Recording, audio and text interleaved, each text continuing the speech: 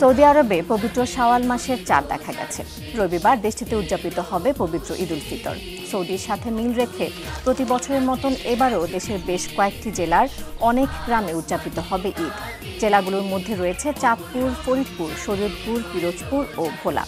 এর মধ্যে চাঁদপুরের হাজীগঞ্জ উপজেলার শমশেরপুর, অলীপুর ও ফরিদগঞ্জ উপজেলার লক্ষ্মীপুর, কামতা, বদরপুর সহ অর্ধশত গ্রামে উদযাপিত হবে পবিত্র ঈদ।